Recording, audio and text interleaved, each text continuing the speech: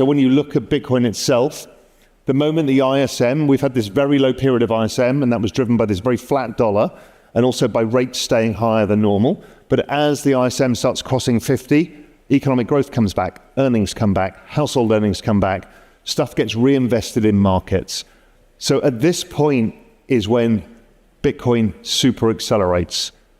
And that point lies ahead.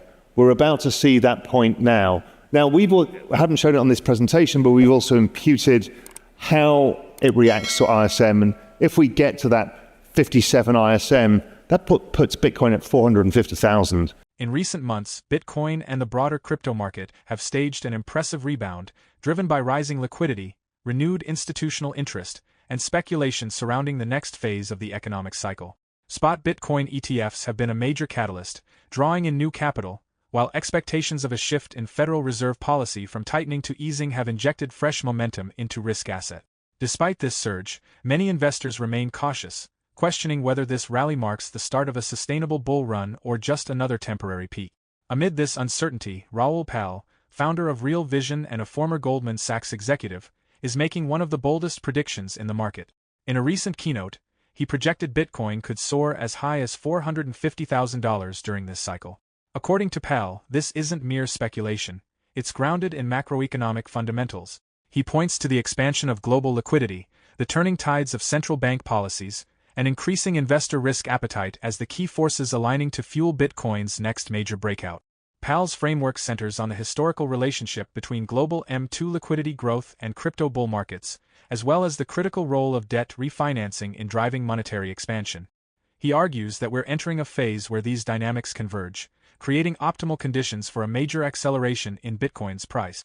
As we examine clips from his presentation, we'll explore how these interconnected forces could shape the trajectory of crypto in the months ahead. Stop. You don't have time. Don't miss out this 2025 bull run. Educate yourself first ahead of the crowd. We have created the ultimate step-by-step crypto cheat guide that will guide you this bull run. Unlock the secrets of crypto and make smarter investments today. Now by clicking on the link below to get your exclusive copy just under $10. So let's look at this liquidity cycle, break it down a little bit.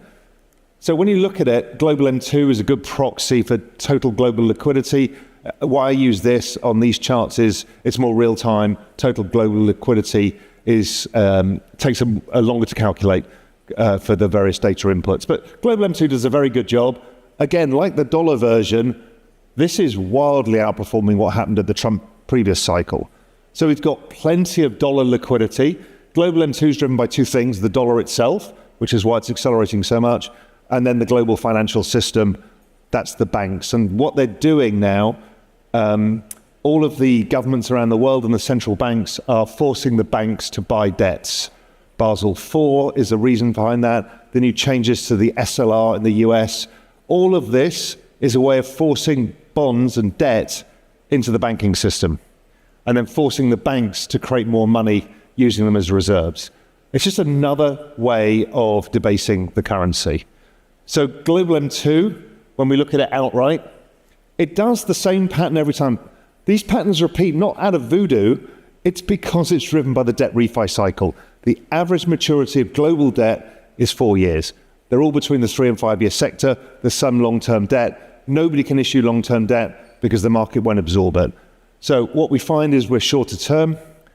Every time we do this, we have a breakout, a retest. So this was the 16-17 cycle. This is the equivalent one I think now. Breakout, retest, explodes higher, does this whole liquidity tightening. That's the bear market. That's when the economy slows down. That's when rates go up. Does the same thing. COVID gave it a false, a double shot. It did it again. We're doing exactly the same thing. It's almost a complete repeat of the 2017. So what we're seeing is global M2 at all-time highs. That should mean all-time highs for asset prices. That's how the world works. What we've also got here is global M2 against Bitcoin. So it's the same chart, but now we can see what happens to Bitcoin every time this happens.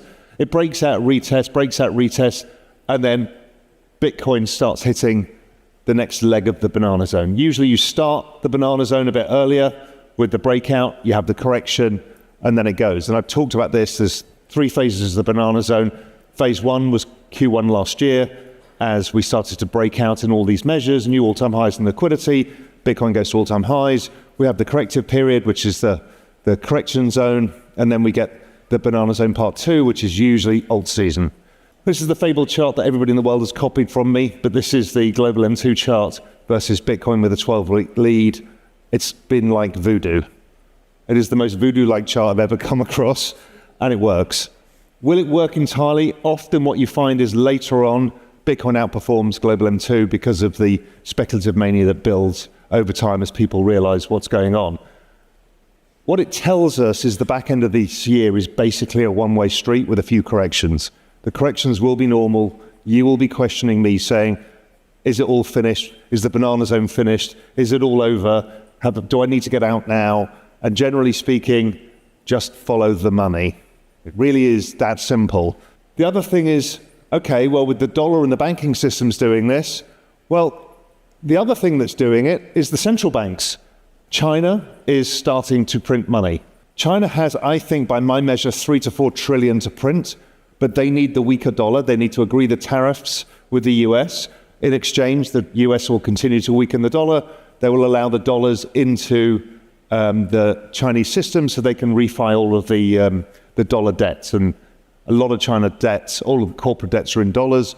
So what happens is we're starting to break out, and that adds to this push of liquidity. So it's not just the weaker dollar itself, it's not just the banking system, but it's the central banks starting to pump liquidity into the system as well, because they've all got to roll the debt. And that's why it is so cyclical. Every time the total global liquidity index breaks out, again, the same thing with M2, the market goes higher. And the reason being is I talked about the correlation. Well, here's the chart.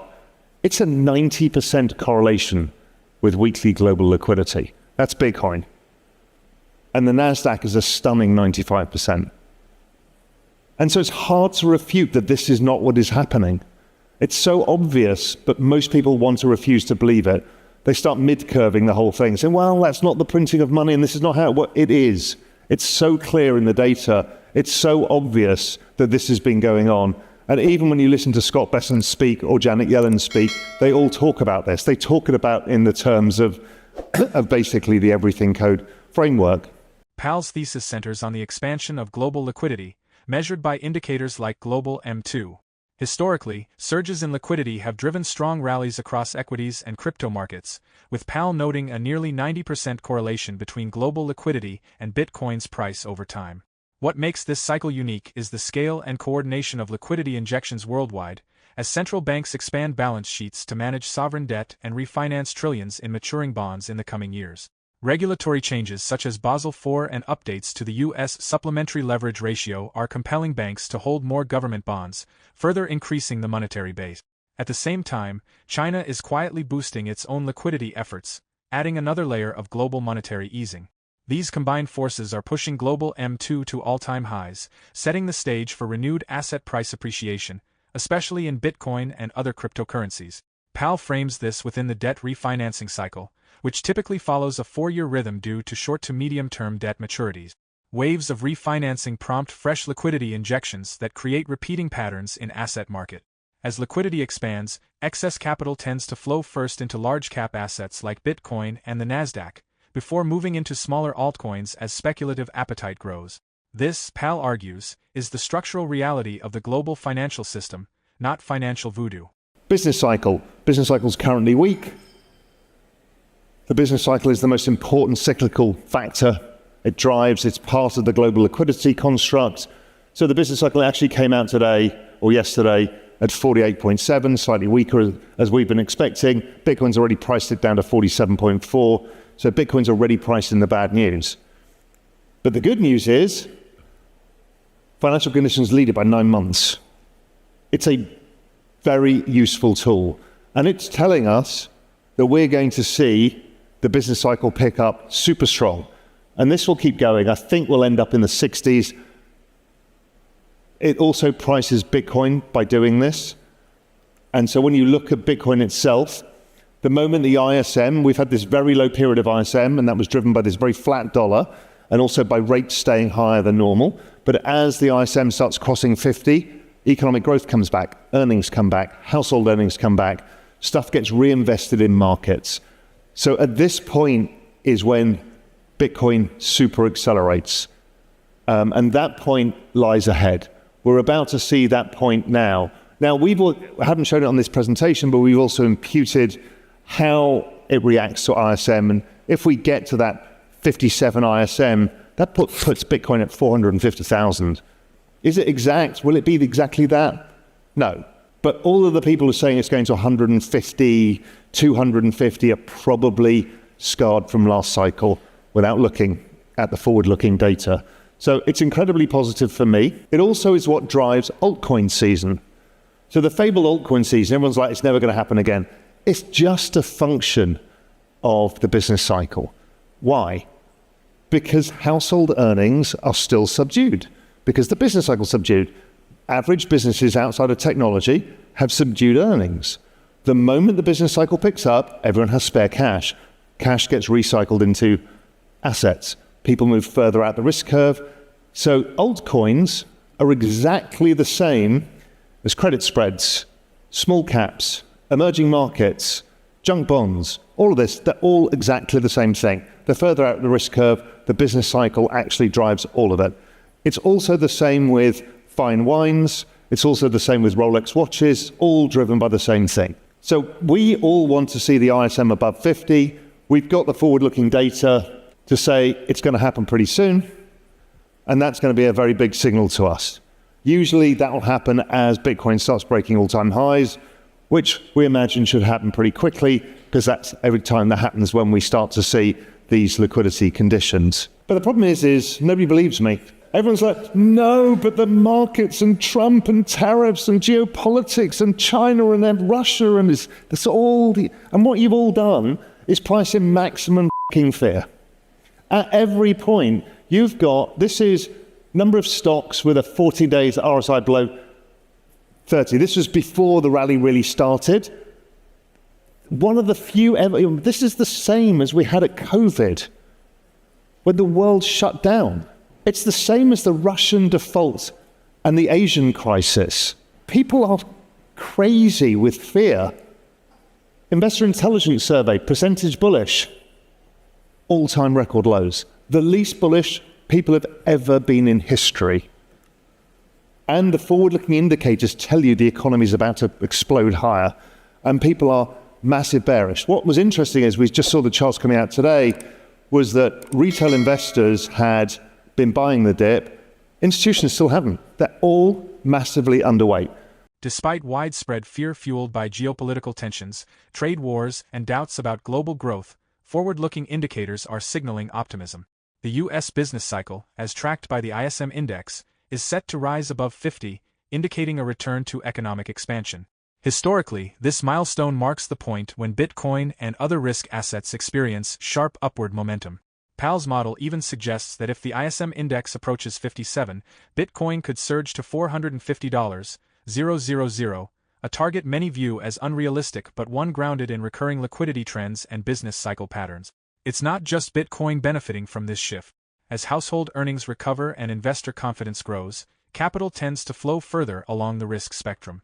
This fuels rallies not only in altcoins but also across broader risk assets like small-cap stocks, emerging markets, and even luxury items such as watches and fine wine.